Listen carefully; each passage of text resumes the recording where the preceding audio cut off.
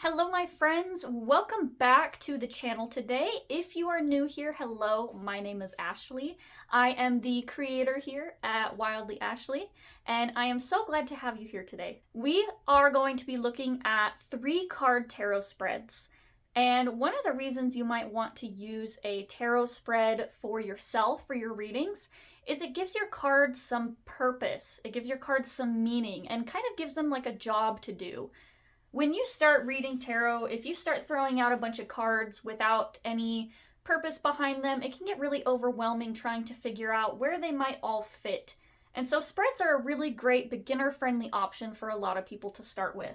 In today's video, we're going to be talking about 3-card tarot spreads. I'm going to give you some examples and some ideas to work off for your 3-card spreads. And then we're actually going to take a look at a really quick example on how I would read or interpret a 3-card spread. So anyway, whenever you are ready, let's go ahead and get started. All right, now as I mentioned a little bit earlier, 3-card spreads are some of the most beginner-friendly tarot spreads that you can do. And one of the reasons for that is a lot of times if we're doing a single card reading, let's say you pull a single card for yourself for the day, this is a very easy message to interpret. It's a single card and you're not really worried about making all of these cards work together. You're not trying to figure out a greater message. You're just going based off of the message of one card. Once we start to have a few more cards, a few more moving pieces, things can get a little bit more complicated because you're trying to interpret the message from more than one angle. And on top of that, a lot of the times as beginner tarot readers, a lot of us want to move up. We want to start asking more questions, getting more answers to the things that we're reaching to the cards about, the things that we are looking for answers from the cards for. And 3-card spreads are a really easy, beginner-friendly way to start dipping your toes into the water a little bit, into the world of reading tarot. I am going to give you some quick examples of some 3-card tarot spreads that you might use for yourself. And then we are going to take a look at our example here and give a quick idea to you about how I would read or interpret the cards that I have here. Now, the first spread, and probably the most common one that a lot of people use, is a past, present, and future spread. This one is just very self-explanatory, a card representing your past or your past choices, your present energy, your present choices or obstacles, and then your future. Another very popular spread is a card will often represent situation, obstacle, or action, and then the outcome. And I say obstacle or action because you can read it a couple different ways. You can be looking at your current situation that is going on. You can look at the obstacle in your path at this time or the action that you need to take, and then the outcome of this obstacle or this action that you take. So you can read these pretty similar. I kind of count them as the same sort of spread because we're really just choosing how we interpret this middle card here. Another one that I really like is a mind, body, and spirit spread. And this one is a very good option to check in with yourself and to check in with your energy. Another one that's really good is where is my focus? What can I focus on more at this time? And how can I support this energy with myself? This is another really good option for adjusting or checking in with your energy, checking in with where you're spending it, obviously what you're focusing on, and learning about how to adjust. Another one that's really popular is a lot of times a path 1, 2, or 3. When you have multiple choices available to you, multiple options, and you're trying to get a look at what each of these paths or choices would represent to you. Also, if you're feeling really adventurous or maybe you want a little bit more in-depth information, you can also use a 3-card spread as a daily tarot pull for yourself. Now, this is a little bit more complicated, so not necessarily complicated. This one's a little bit more involved and takes a little bit more time, so this one won't be as quick as a single card pull for your daily energy. but it can kind of give you a little bit more answers as to what to look forward to or what you're going to deal with for the day. So you can have card 1 represent your overall daily energy. Card number 2 is the option to look forward to for today, and card number 3 as the energy or even sometimes person or obstacle to avoid for the day. So you can see how this would give you a little bit more information than an overall daily reading with one card. It gives you a few more options, a few more places to look at energy-wise for the day. Now, lastly, this one is also another one of those really common, one of my favorite ones to do is a 3-card spread for a relationship or a potential relationship.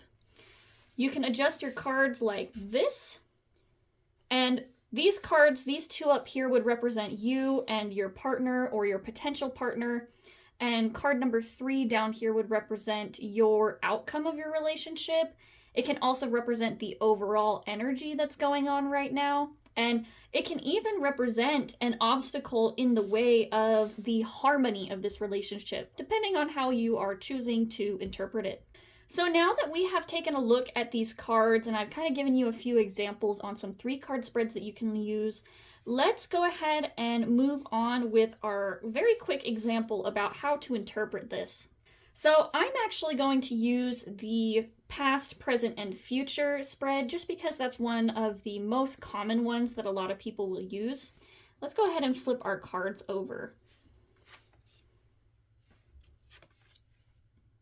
All right, so in the past position, we have the 10 of Wands. If you are very new to reading tarot, this might be a good time to use a guidebook or even to look up the meanings of the cards to help find the meaning for yourself. But just know that a lot of this is open to interpretation, and sometimes these cards aren't going to mean exactly what their exact definition is. You know, we're all diverse beings, we're all diverse people, and so some cards are going to have a little bit of a different meaning, and especially once we put them into place here. So let's take a look at this first card. In the past position, we have the 10 of Wands.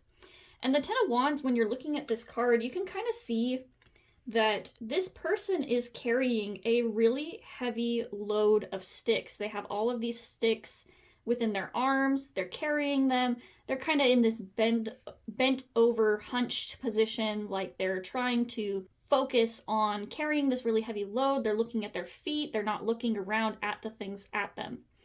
And this card can often be representative of being stressed out, carrying a lot of weight, carrying stuff that is weighing you down, that's pulling your focus away from where you're trying to go.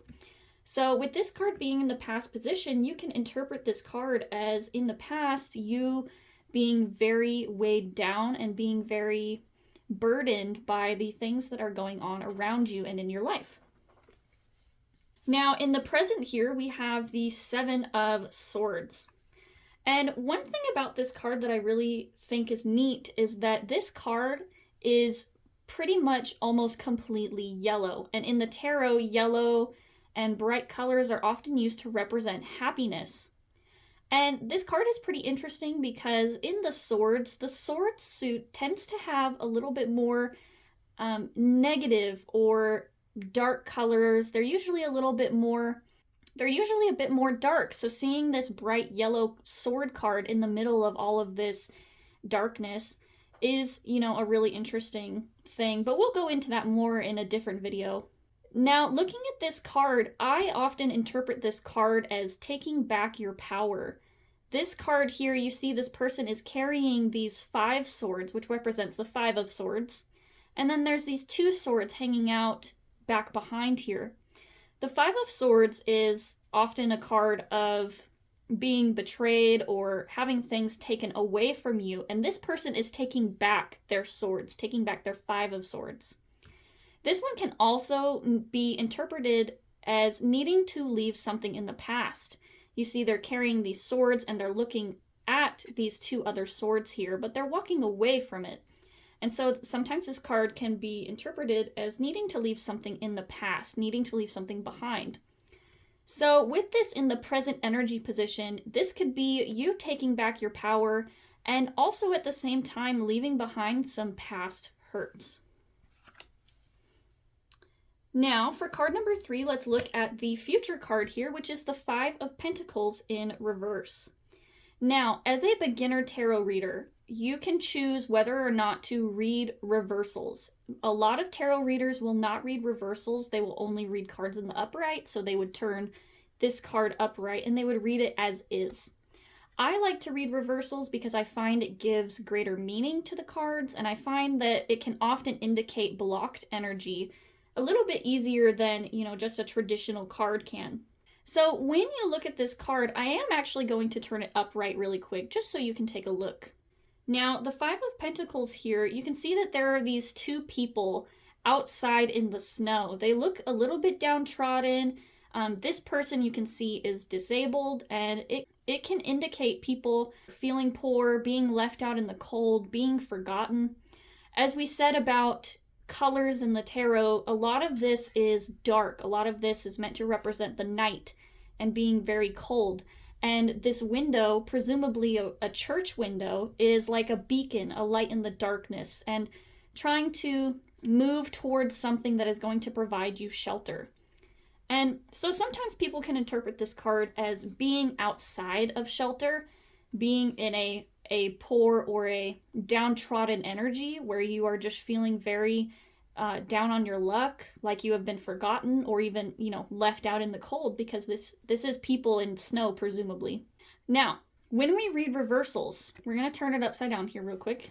When we read reversals, sometimes people can interpret it as the opposite energy. So in some cases, this could be you moving away from this energy of being poor. It can be you moving away from a lack mindset to a gratitude and abundance mindset. In this case, since this is your future card energy, I feel as though this is you choosing to make the best of a negative or seemingly bad or poor situation here. So in the future, you may be having some, in the case of this reading at least, not you specifically, but in the case of this example, this could be a person who is maybe looking at going through some dark times ahead, but feeling as though they are, still looking on the bright side of this negative or poor energy. It can signal a little bit of trouble ahead, but making the most of it and finding the will and the desire to keep moving. So anyway, that's just a quick example interpretation of how to read a past, present, or future 3-card spread. As with the 3-card spread, you can get creative. There are no hard and fast rules for tarot. The only thing that you need to worry about is making sure that it makes sense to you. Because ultimately, at the end of the day, a reader like myself can give you one definition, and you can get an entirely different meaning from looking at these cards. In fact, a lot of you watching right now might even be looking at these cards and thinking about different meanings or interpretations and applications for yourself and your specific instances, your specific situations that you're going through.